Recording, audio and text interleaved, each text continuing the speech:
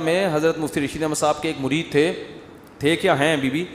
तो वो नमाज में उनको नींद बहुत आती थी, वैसे जागते रहते थे, इधर नीयत बांधी सो गए, इधर नीयत बांधी खड़े खड़े सो रहे होते थे, सर्दे में गए उठ ही नहीं रहे, कोनी मार के उठाते थे उनको, उठो भाई, और वैसे ठीक ठाक फिर रहे हैं। वो थे बड़े नेक, उनको फिक्र थी यार नमाज में मैं दिल लगाना चाहता हूँ, और नमाजें भी माशाल्लाह बहुत पढ़ते थे, तहज्जुद के पाबंद, लेकिन जब खड़े हुए सो जाते थे। तो एक दिन उन्होंने लिखा कि हज़रत मैं टेंशन में आ गया हूँ, मैं नमाज में इधर नीयत बांधी और इधर आंख लग गई। तो फरमाया कोई टेंशन लेने की बात नहीं है, नमाज का भी पूरा सवाब मिल रहा है भाई, नमाज का भी पूरा सवाब और नींद के भी मज़े, क्योंकि ये आप अपने इख्तियार से ये नहीं कर रहे,